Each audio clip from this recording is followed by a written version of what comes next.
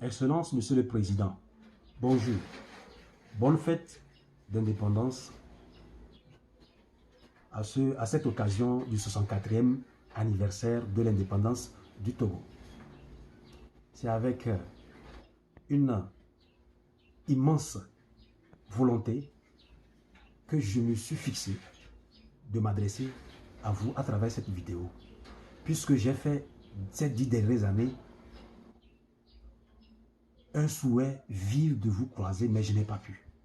Un souhait de venir dans votre palais pour vous parler d'un sujet qui me tenait beaucoup à cœur depuis plus de 20 ans, mais je n'ai pas pu. C'est dans cette optique que j'étais obligé de m'adresser à des fonctionnaires de l'État pour que ce projet dont j'avais puisse être réalisé. Ce projet est lié à notre Lombril, le poumon même de notre pays, le monument de l'indépendance du Togo. Cette place que tout le monde connaît, Monsieur le Président, j'ai remarqué que le monument était toujours sale. Le monument avait des moisissures, ou pour ne pas dire des algues qui noircissent sur le monument. Et que le monument présentait des séquelles d'infiltration d'eau et que ce n'était pas digne de notre pays.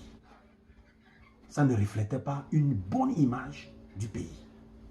Depuis le jour que j'avais mis le premier pas à Lomé ici, que j'ai vu ce monument, j'ai dit, quand j'aurai la capacité, je vais prendre en charge ce dossier ou ce projet pour que ça soit financé.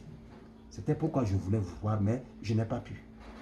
J'ai même écrit sur le site de la présidence, mais je n'ai jamais eu de retour. Cette fois-ci, je fais cette vidéo pour m'indigner parce que j'ai pu introduire le dossier là au secrétaire général du district de Grand Lomé pour que ce projet soit pris en compte. Le 13 avril, le 13 février 2024, si j'ai belle mémoire, j'ai pu introduire le dossier. Par orientation, je suis allé chez le monsieur et je lui ai remis le dossier et il a salué l'initiative que j'ai prise. Et il était vraiment époustouflé par rapport à l'idée que j'avais. Parce que je demandais tout simplement de cirer le béton tout entier pour le rendre neuf et imperméable. Très résistant aussi aux aléas climatiques. Tout de suite, il m'a convié au chef du département des services techniques, qui est le colonel Alaba, qui aussi, après exposé longue durée d'exposition, il a aussi admis, de la même manière comme a été salué le premier, il a dit que mon projet est très bien et que lui va remonter le projet à sa hiérarchie. Le jour-là, j'étais rentré. Après quelques jours, je reçois l'appel d'un ingénieur qui s'appelle M. Abati. Il est chargé de l'environnement. Il est le chef dans son département, environnementaliste. Ce dernier me dit, allô, j'ai été convié par mon chef, M. Alaba, que il va me suivre dans le projet dont j'ai introduit à leur niveau. On a pris rendez-vous. Après, je suis allé. Ils m'ont demandé d'amples explications. C'est vrai que j'étais très prudent. Je n'avais pas détaillé le projet en réalité. Je l'ai mis en vrac quand je les ai remis. Comme ils m'ont appelé qu'ils veulent m'accompagner, moi je me suis dit admis pour le projet. Et tout de suite, comme c'est avec lui que je dois travailler, j'ai dévoilé toutes les cartes. J'ai expliqué de fond en comble les angles de comment se procédera ou le processus de réalisation de la réhabilitation que j'ai déposé à son bureau. Il a confirmé même et quand j'ai déposé, on s'est bien entendu, il a confirmé même avoir remonté le rapport.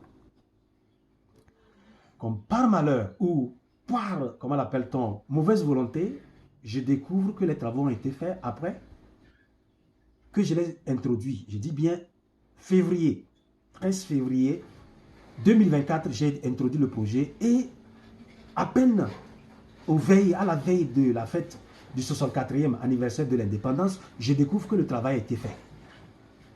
Et depuis lors, J'ai cherché à prendre contact avec eux pour comprendre pourquoi.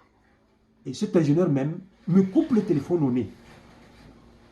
Et il me chante même. Il avait déjà fait ça de par le passé et que j'ai compris qu'ils vont me détourner le projet. Mais j'ai pris patience parce que quand je l'appelle, il ne décroche pas. Il ne décroche pas jusqu'à ce qu'à un moment donné, lui-même, il m'a rappelé, il me dit que s'il y a quelque chose, de ne plus l'appeler que d'appeler son chef, le colonel là-bas. Mais j'étais un peu ébahi. Toi qui devrais m'accompagner dans mon projet, aujourd'hui tu te détaches de moi. J'ai soupçonné tout de suite qu'ils ont détourné mon projet. Et je constate réellement sur le terrain que tout ce que j'ai écrit dans mon projet a été réalisé. C'est vrai, avec des erreurs. Parce que ce n'est pas eux qui étaient le promoteur. Parce que j'avais sauté une phrase qui me permettait de garder une preuve palpable, technique, que n'importe quel ingénieur, s'il n'a pas vraiment la capacité requise, ne peut pas remarquer parce que c'est de l'œuvre d'art. On peut être ingénieur, mais on ne peut pas comprendre ce que c'est que l'œuvre d'art pour pouvoir voir cette erreur. Et je remarque qu'ils ont fait cette erreur exactement sur le monument. Mais là n'est pas le problème. Je m'indigne. Pourquoi nous, la jeunesse, on nous exhorte à prendre des initiatives pour avancer, ne pas attendre de l'État. On me détourne un projet de 35 millions. Je dis bien, le projet était de 35 millions de francs CFA, mon président. Comme il y a de l'argent dedans, ils m'ont saboté et puis ils sont partis faire. C'est vrai que je suis un peu inquiet parce qu'ils ont mal travaillé. Et de deux, moi je suis resté affamé. À quel jour nous aussi on va réaliser? Eux, ils sont des fonctionnaires qui sont payés par le contribuable togolais. Et ils sont aussi payés par le mois, à chaque fin du mois. Nous, on n'a que des affaires précaires. Et c'est nous aussi, on décime à chaque instant avec des détournements de projets. Je ne suis pas allé à la justice pour plusieurs raisons. Parce qu'une fois, j'ai eu les mêmes cas dont je me suis adressé à la justice. C'est vrai qu'on m'a reçu, mais ils n'ont pas donné suite.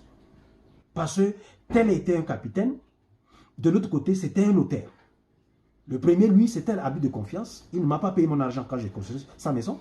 Le deuxième, c'est un projet aussi que j'ai commencé pour rien du tout comme ça. Ils m'ont barré la route avec la gendarmerie, la police, la mairie. Eux, ils ont validé mon projet et après, maintenant, ils sont venus me forcer. Par force, ils m'ont dit de sortir chez eux. Alors que j'ai déjà investi beaucoup d'argent. Mais ce n'est pas ce sujet qui est là, mais c'est pour prouver qu'il y a la justice. C'est vrai. Mais quand c'est un haut placé, on ne veut pas nous écouter. Ou on ne veut rien faire pour nous. Alors que si c'était l'inverse, on te met les menottes même avant même d'écouter ce qui se passe. C'est pourquoi je passe par cette vidéo pour vous atteindre, Monsieur le Président. Moi, Abdoulaye, j'avais soupçonné qu'ils peuvent détourner mon projet. C'est pourquoi j'ai fait tout possible pour vous donner ce projet en personne, mais je n'ai pas pu. Je remercie beaucoup ce monsieur qui m'a aidé à aller dans ce sens, celui qui m'a orienté à prendre ses pas. Ce monsieur digne même était déçu de leur part. Et je me préserve de citer son nom parce qu'il n'en est pour rien. Ce dernier même est rigoureusement contre eux, que je prendrai pour témoin, s'il le faut, qui est dans l'administration ministérielle, qui m'a orienté vers eux, qui sont ceux-là qui peuvent obtenir le financement pour que mon projet soit réalisé. Et je donne déjà une preuve tout de suite dans cette vidéo de reprendre toutes les photos de ces 20 dernières années du monument et le comparer à l'actuelle photo du monument de l'indépendance. Vous allez remarquer qu'effectivement, il y a un travail remarquable qui a été fait. C'est par mon biais intellectuel. Et ils l'ont détourné. Je les accuse pour détournement de projet, détournement de propriété intellectuelle, détournement d'idées. Et le reste, la justice va faire. Parce que si je vais aujourd'hui à la justice, j'ai affaire au colonel à là-bas. Moi, comme ça, je peux encore convoquer un colonel si un capitaine n'a pas répondu une fois.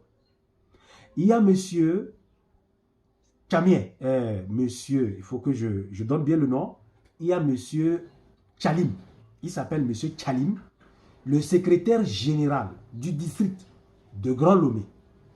Et leur complice qui m'a extorqué les informations, soi-disant accompagnateur, l'ingénieur environnementaliste en chef, monsieur Agbati. J'aimerais bien que vous vous saisissiez de ce dossier parce que c'est ahurissant de voir des hauts fonctionnaires qui devraient être intègres, Détourner des projets jusqu'à aller détourner un projet lié à la nation tout entière. Parce que le monument représente tout Togolais qui vit ou qui est déjà mort ou qui viendra. Un jour, nous aurons au total, peut-être, au-delà de 200 millions de Togolais qui ont passé sur ce territoire souverain. Et voilà, ils ont aussi accepté être aussi fautifs sous un monument. Détourner un projet quelque part, moi je trouve qu'il n'y a pas de souci. Mais détourner un projet sous un monument, c'est vraiment, ça mérite vraiment une correction.